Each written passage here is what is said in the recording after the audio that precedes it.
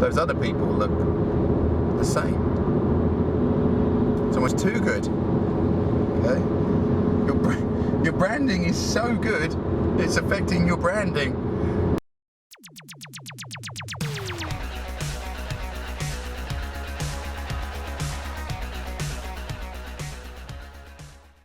Today, I'm on my way to see a manufacturer of Christmas puddings. They make them themselves, and I've never met a manufacturer of Christmas puddings, so I'm quite looking forward to it. She sent me a very specific brief. We're having a 3-hour session, and she sent me a list of questions to answer, which makes my life easier in some ways and harder in others because I can't avoid the questions. They are: social media, what more can we do? How can we make best use of analytics, Google, Twitter, Facebook, and find out what people are searching for in terms of keywords? What modern features are missing from our site? What more can we do to make our site easier to share on social media? How does Google Shopping work? And finally, what else would you recommend we do?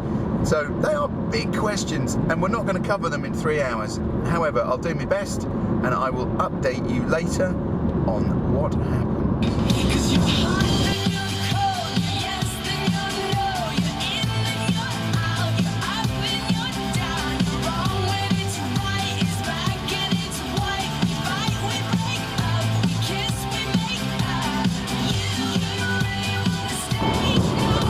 Left the meeting with the Christmas pudding manufacturer, and we went through the questions, got halfway through, which wasn't too bad. But the main thing we did was look at content, not ranking. And the reason for that is the first thing we did was put her main search terms into Google, and she's number one for everything, which was an interesting scenario for someone in search engine ranking and online marketing, because where'd you go from there? Can't make you any higher, which steers me straight into conversion, not ranking. So if you're number one already, the only conversation I can have with you is how to convert more of those existing visitors into paying customers. So this is what we did as a content, test. I asked her, who buys your products? Who's your core market? How old are they? They male or female? Who are they?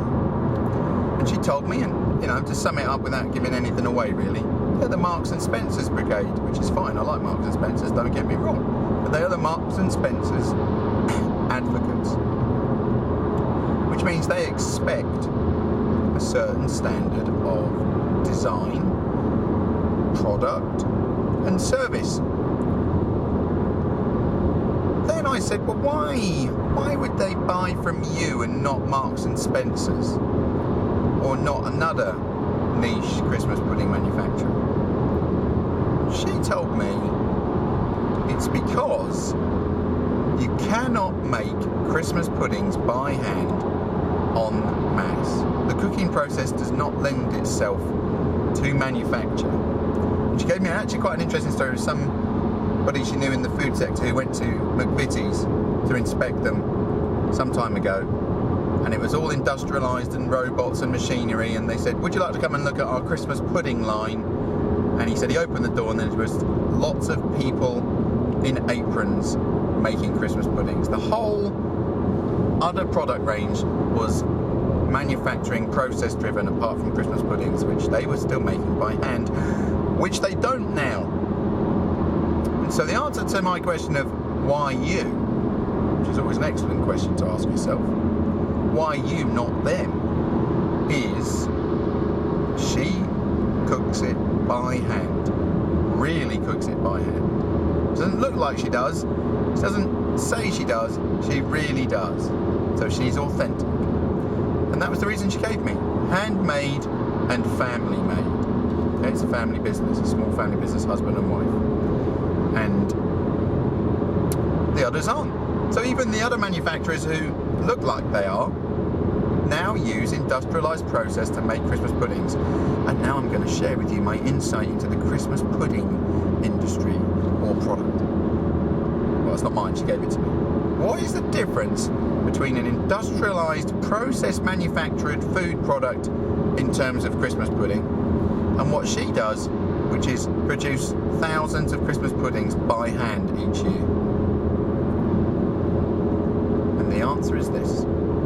One is darker than the other.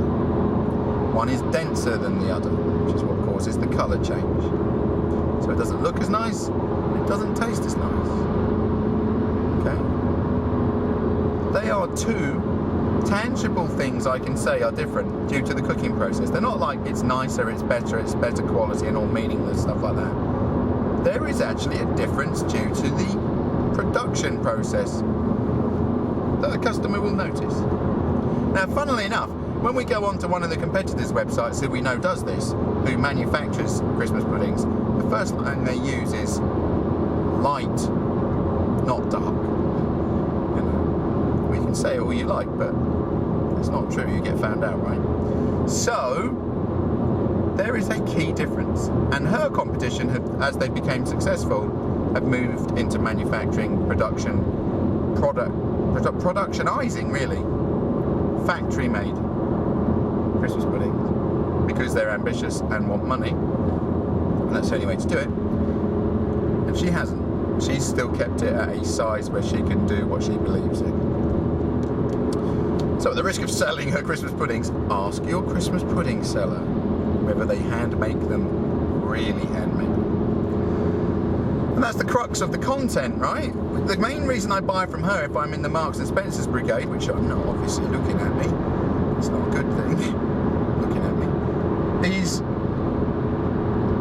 authenticity and brand. Now when I arrive on her homepage, which is what most people will do, you know, most people arrive on the homepage first, I've said that before. What do I see? I see a really nice looking website. I mean, it really is a great website. And I told her that. And I said, this looks like Hotel Chocolate's website, it's that good. She said, oh, thank you very much. I said, I'm not sure that's a good thing. Because Hotel Chocolate is all product. And if I looked at her site, it was the same. Picture of Christmas pudding being eaten, or half eaten. Picture of Christmas pudding not started, so you know, with the holly on. Picture of packaged product. And that's great, and honestly, they were beautiful photos, and you know, I like beautiful photos. But straight away, there's a problem, right? You told me that they buy your product instead of from a supermarket because it's handmade by the family and is authentic and has benefits in terms of it's a lighter colour, more aesthetically pleasing, and it's a lighter taste. It's not as dense. Okay. Mainly because it's handmade. Well, you didn't say that. You just look like another Christmas pudding company because it's all product. Where's the story? And she was talking about her story. And when you're talking about brand, my business partner would love me for saying this, but it's a story. That's what brand is. It's the story. It's the emotions you feel when you understand how I make the product, how I started the company, and how I continue to live with the values. But there was none of that. In fact, you wouldn't actually know it's handmade, really, from the photos. What does that mean? It means less people scroll down and find out the good stuff. Because they look at that and go, oh, that's corporate, that's commercial, it's a Christmas pudding. Well, those other people look the same. It's almost too good. Okay? Your branding is so good, it's affecting your branding, which is to be handmade and family driven. So that was the first thing. Then we looked through more of the content and highlighted areas which were barriers to people. So no telephone number on top of the page. You'll get less inquiries, I promise you. I've said this again. You know, if someone can be bothered to ring you, you've got their money already. You just have to say the right thing and they will buy it. They're not ringing you to say I'm not going to buy your product. They're ringing you to say why can't I buy your product? You know, why shouldn't I? So some of that. Then she said, which was one of her primary questions, what's missing from my website? What modern features are missing from my website? And the truth is, nothing. It's a brilliant website. There's nothing missing. And we looked at Waitrose and Lush. We looked at other big companies who would have all the money in the world to add things and features to their website, and she had all the same stuff. Great. was missing was video. Doesn't have a YouTube channel, had no video on the site. And we talked about that, and we had to use a conversation which is, oh, what technology should I use? I use my one-liner, go and buy Zoella's camera, which I use far too much. However, get a tripod. People don't expect you to be super professional, they expect you to be authentic. Your brand is about being authentic. All I want to see is you talking to me on camera, telling me about the product with a bit of sprinkling of your life. That's all we want, because that is your brand. So, well, I'm not sure what I talk about. So, well, let's go and look at your frequently asked questions page. And so we do, and immediately there's 3 videos which A, will stop and get asked so many questions, are interesting. Number 1, what ingredients do you use? That gives me a chance to say local brand. Number 2, what preparation should I do before I cook the Christmas pudding? Well, that depends on what you're using to cook it. There's a whole video in that, what you can do. And then finally, just try not to crash the car. Ruined it. I'll carry on. Finally, in terms of the video, show me you cooking it. Job done. That's all we need.